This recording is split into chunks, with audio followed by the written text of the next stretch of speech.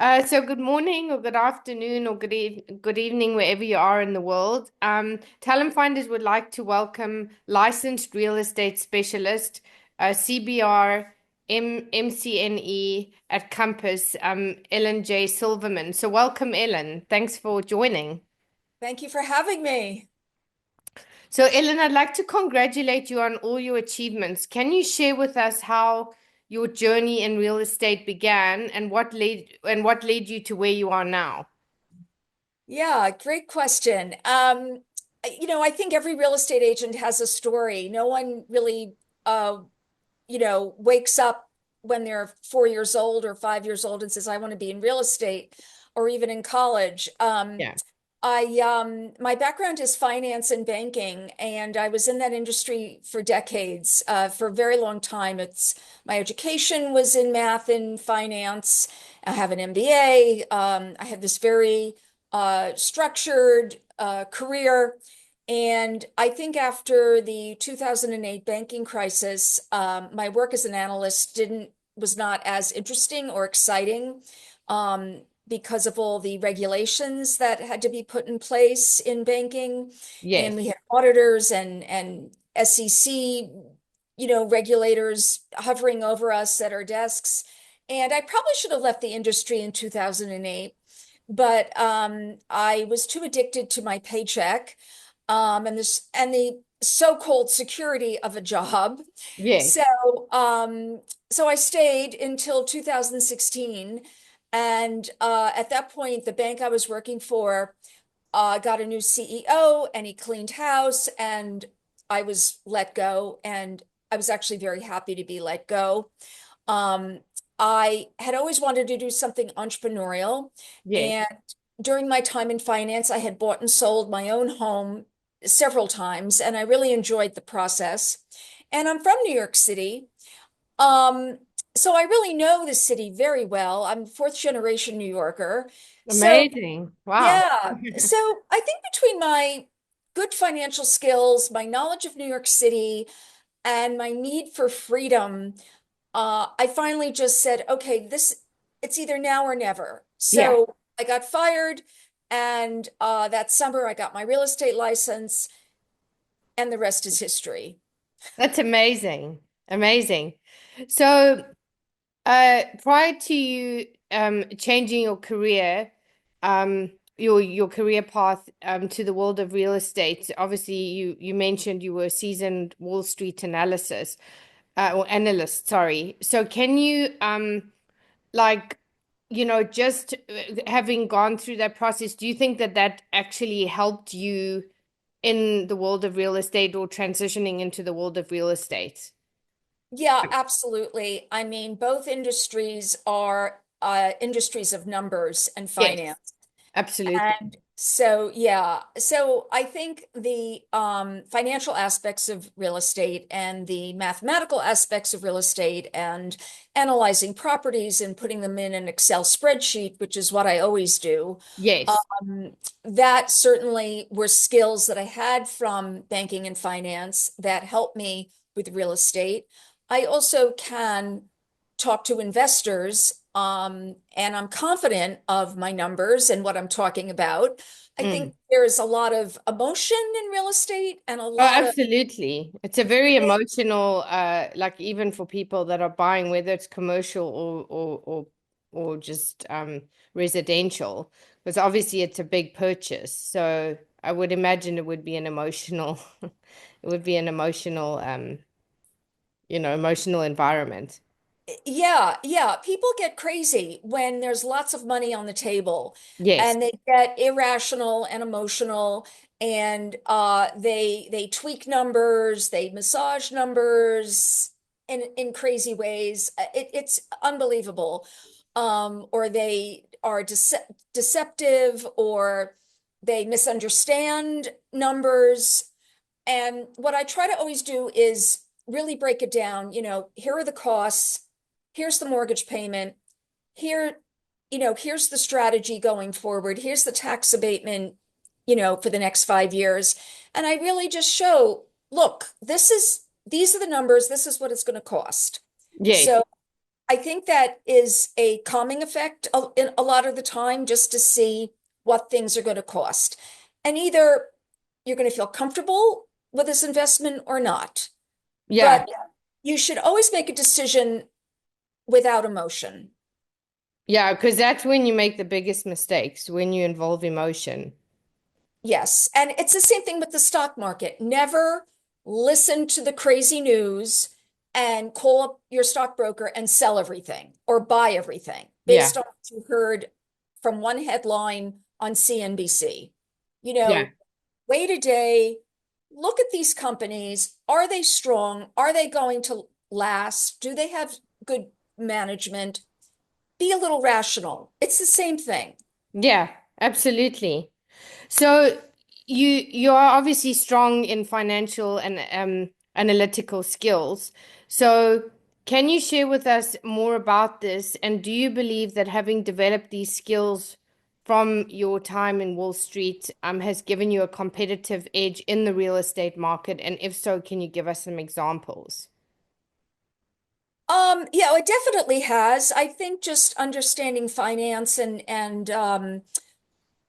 accounting has definitely helped me over other agents. Again, because I like to see things laid out in a spreadsheet, and I just like to see everything laid out, analyzed, what all the numbers are, so so it's organized.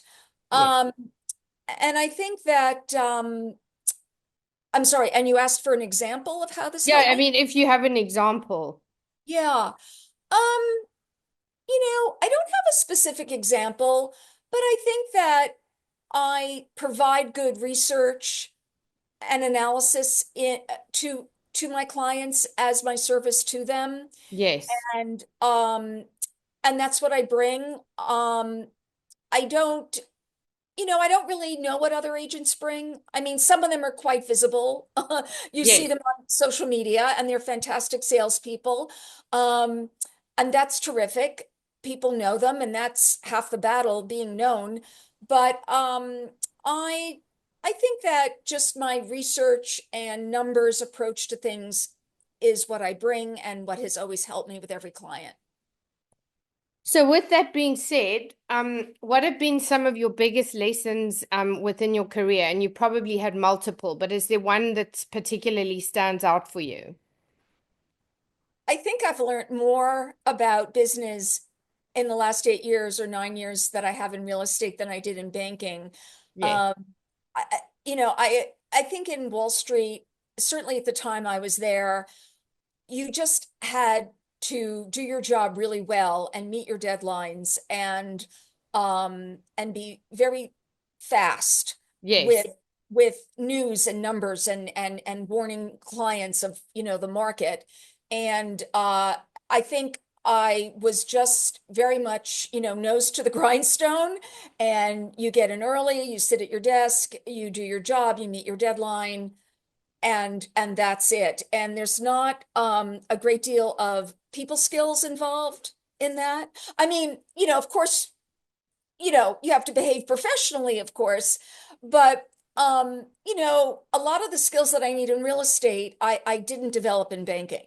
yes, Um, so I think you need to be able to really listen to your client and be empathetic and yes. understand where they're coming from. And that's a skill that I have developed over these 9 years, is the people aspects, treating people as humans with making a huge investment, Yes. and having a great deal of empathy in that regard. Yeah, When I absolutely. was in Wall Street, I was on the investment banking side. I wasn't in retail, I wasn't dealing with day-to-day people investing in the stock market. It was more investment banking and looking at companies. Okay. Yeah, so I was really not involved in a lot of crazy emotional roller coasters.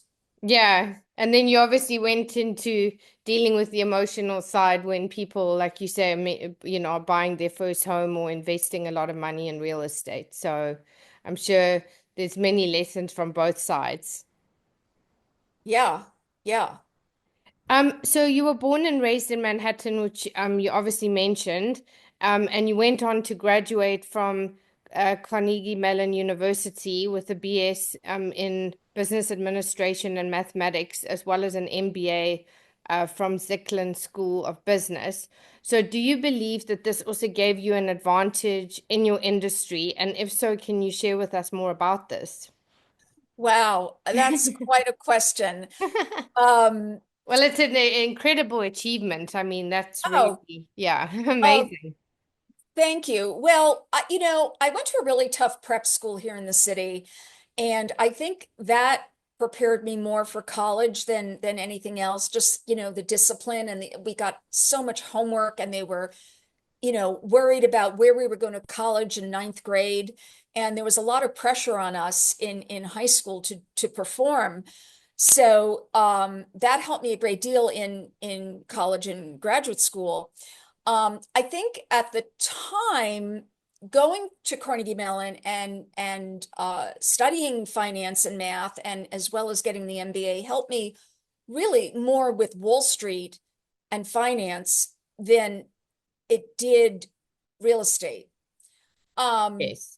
I think, real estate, everybody, there's so many backgrounds that come to real estate. There's actors, there's teachers, there's people in the garment center. There are people with no college education whatsoever, Mm. but they've got a lot of drive Yes. and a lot of chutzpah, Yeah. and a lot of salesmanship that they don't teach you that in an MBA program. No. So, yeah, so I mean, it's more like I guess you learn that more on the ground when you're actually dealing with that than, at colleges or institutions. Yeah. And when I went to college, there were no courses in, diplomacy, political correctness, diversity, empathy. I mean, now I think a lot of the business schools are bringing in more, humanitarian uh oriented courses for Yeah. people, but when I went, forget about it. No, exactly. So the real estate market is a highly competitive and cutthroat industry, especially in cities like New York. So firstly, how would you say this has changed over the years that you have been in the industry? Mm. Yeah, Because New when York is a tough city. Like you really have to be, yeah.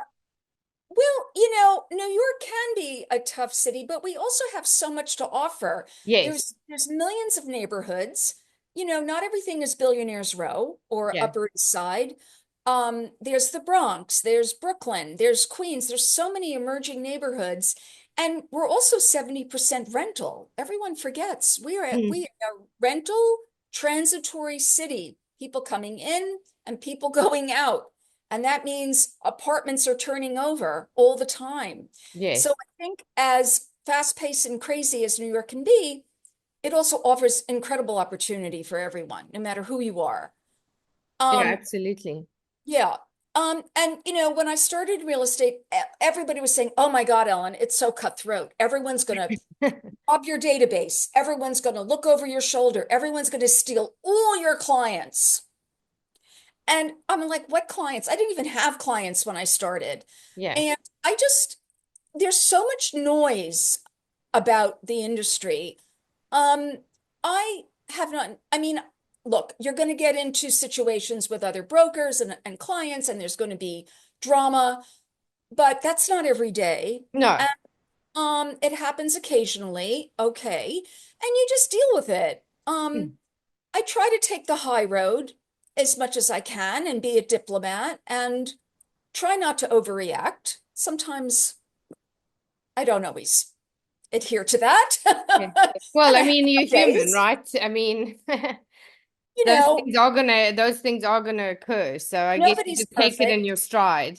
Yeah. And, I think at the end of the day, we all want to make deals. And I try to always collaborate with the other broker on the other side of a deal.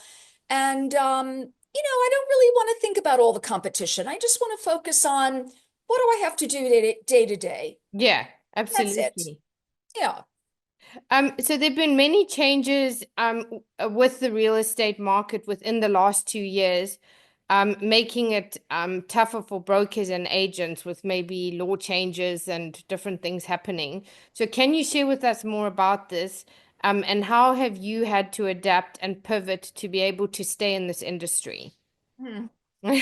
Yeah, I'm really not thrilled with these new laws. It is making our job more difficult. I mean, the major one is ha getting our buyers to sign buyers brokers contracts.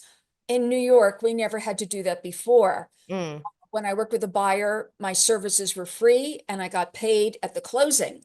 And mm, hopefully that buyer was happy with me and stayed with me and we would do a deal.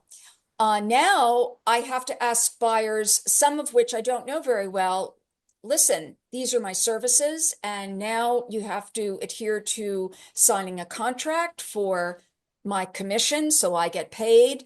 And it's a new skill that I have to develop, and I have to learn to ask for this now, and mm. I have to step up what I offer, and Yes. it can't be free anymore. For Yeah. buyers, for buyers. For Yes. sellers, it's easier. Um, Okay. and this is all to aid in transparency of commission. So if the buyer knows what I'm making, the seller knows what I'm making, everybody knows what everybody's making. And Okay. that was the motivation behind this new rule. So, what would you say makes you different to other people? I don't want to use the word competitor, but to others in the industry in order to sustain such a long career in this industry? Yeah. Um, um, what makes me different? Yeah. I think I'm a straight shooter. Which I is really the best way to be, actually, is just to be straightforward. yeah, I'm not a pushy broker. I'm not going to push something that a buyer doesn't like. I do my homework, I do my research. I try to answer questions as quickly as I can.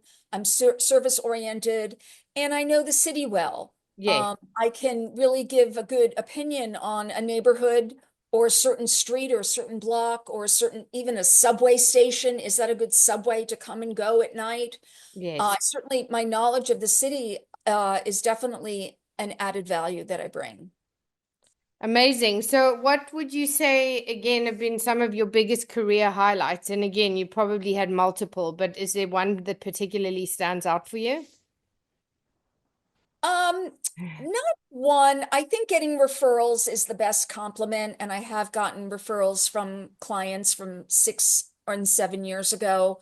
That's I have, amazing. yeah, and I've worked with a lot of foreign investors in overseas in Asia, and some of these people speak English perfectly, and it's easy to do a transaction, and sometimes there is a language barrier, and I have to just ask for things in a very simple manner. Sometimes I have to show uh, the computer platform and where to do signatures or what things mean, and explain things and be more diligent in my explanation and education on what New York real estate is about. Well, that's great because also then the client also is you're actually nurturing that relationship and you're paying attention a lot more to the details. So I think that's brilliant. So you also have a passion and a keen eye for interior design and staging. So can you share with us more about this and how this has given you an advantage in real estate and helped you in selling? Yeah. Well, I grew up with my mom who loved to decorate and was always shopping. She loved clothes, she loved to decorate, she loved to look at furniture and wallpaper, and she loved to repaint her apartment a million times. So I kind of grew up in this family of women who were very creative and always were looking and shopping and looking at designers.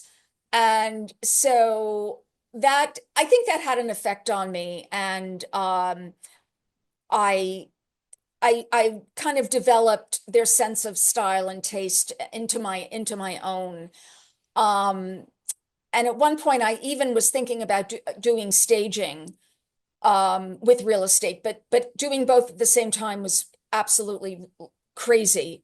It's Yeah, it's a lot of work. couldn't do both. Yeah. Crazy, crazy. And it's a different skill set and a different mindset, and I just couldn't do it. But uh so I kind of grew up with this, in a family that has a lot of style. Yes.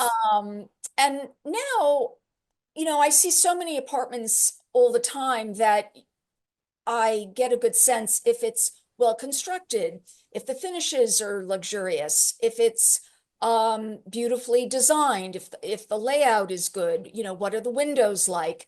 You start to develop a sense of um, is this a good apartment or not? Does it have shoddy construction? I can tell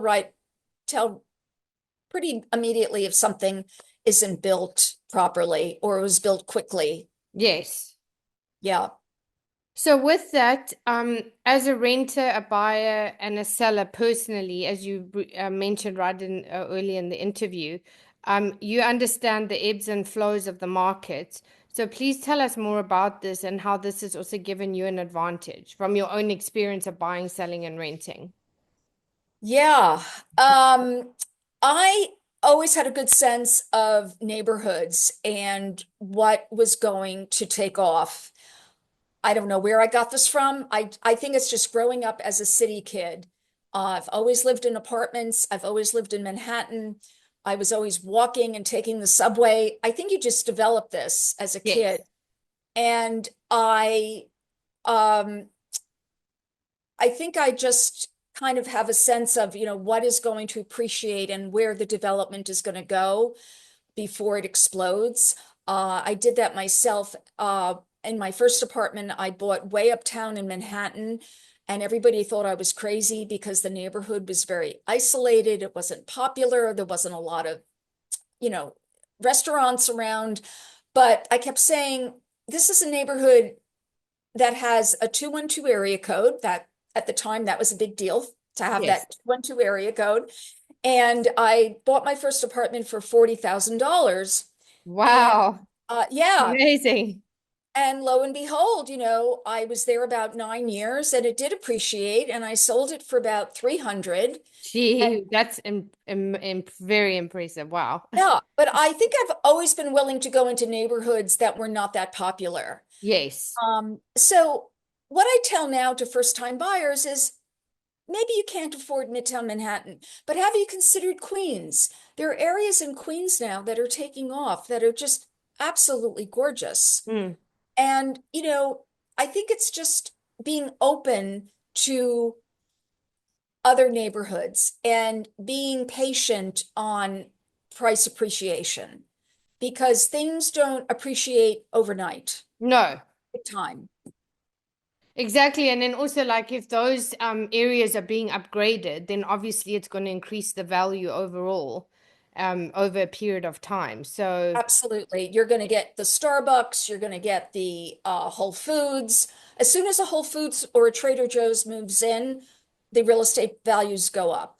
yes. So, is it near a subway? Are there, dry cleaners and restaurants and delis, or bodegas or whatever? And you see this, I've seen it happen a million times all over New York City. Right, yeah, amazing. So with that, and you did touch on this briefly earlier, but you have clients from all over the world, especially from an investment perspective. So can you share with us more about this and how you've mastered and built the relationships you need while working with different cultures, which you obviously briefly touched on, but I'm sure there's multiple cultures or, like you were saying, language barriers and ways in which are different. So, how have you mastered that? Yeah. Well, everybody has their viewpoint about New York Yeah, City real estate and how to value things and what things cost. And then there's trying to understand, why are there so many documents, and why do I need to justify where my down payment is coming from, and why do I have to send you a personal reference letter? What the hell is this? I've got $10 million in the bank. Isn't that good enough for you? There's yeah, a lot of things. And I think it's just a matter of really being patient and explaining multiple times, and doing an email and explaining it in writing, and then maybe explaining it again, and putting, if they're communicating on WhatsApp, you got to communicate on WhatsApp. yes, And sometimes it takes 4 to 5 to 6 times to ask for something or explain something until it finally sinks in.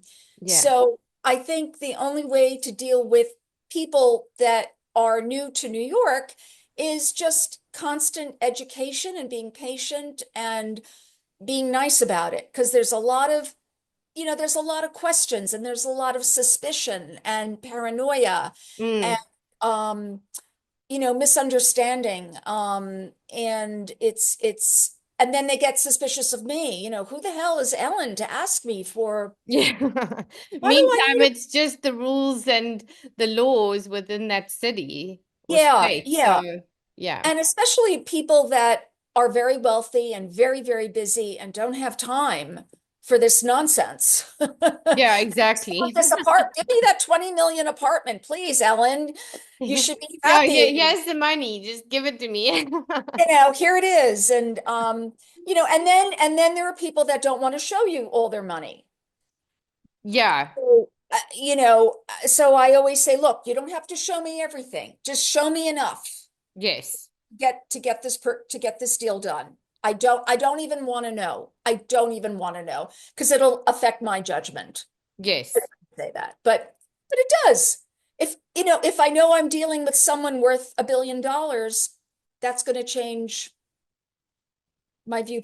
It's going to it'll affect me a little bit. I'll think, gee, I could have sold them, 2 floors of yeah, Robert Stern Tower at 220 Central Park South. Geez, Ellen, why didn't yeah, right? exactly.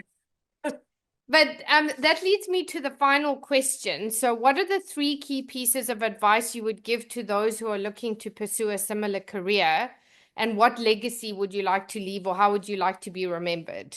Oh my God. Um, okay, my advice for real estate people, join a really good firm, a major firm in New York City. Learn as much as you can the first 6 months. You're probably not going to be making a lot of money in the beginning. Um, Develop relationships with your friends, family, friends of friends, anyone you can. Maybe start in the rental market. There's nothing wrong with a rental at all. We're a big rental city. And, stay consistent. Treat real estate like your day job or a Yes, day job. Treat it like a business, at least 9 to 6 every day. yes, And absolutely. and also, unfortunately, be prepared to work at least one day of the weekend. Yes. Um, that's not fun, but it's kind of when people look at apartments. Yeah. So, Well, they don't have time during the week, so they need to be able to access it on the weekends. yeah, yeah. Gosh, and my legacy. Wow. Too young to ask to think about that. But I guess I would say to young people today, follow your passion. There is no job security. It's Mm. getting less and less. I grew up, with parents and family members with the 1950s mentality of, you work for a company, you work for them 50 years, you get your gold star or your Yeah, watch, not and anymore. retire, and you go to Florida or wherever you go. Yeah. But those days are over. We're living in an age where people are doing multiple things. We have technology supporting us every inch of the way. So you might as well do something you like and you feel strongly about, and don't give up. Just don't give up. Follow your dream. No, thank you. That is amazing. So, if people would like to get in touch with you, Ellen, what are the best platforms to do so? Yeah, I'm on Instagram at Ellen J. Silverman, or my website is ellenjsilverman.com, or just go to compass.com and click in Ellen J. Silverman and you'll find me on Compass. Uh, yeah, that's it. Well, thank you so much for joining us today, and hopefully, we can have you back in the future to see where you are in your real estate journey. And yeah, thanks so much for joining us. Thanks so much for having me. It was a pleasure.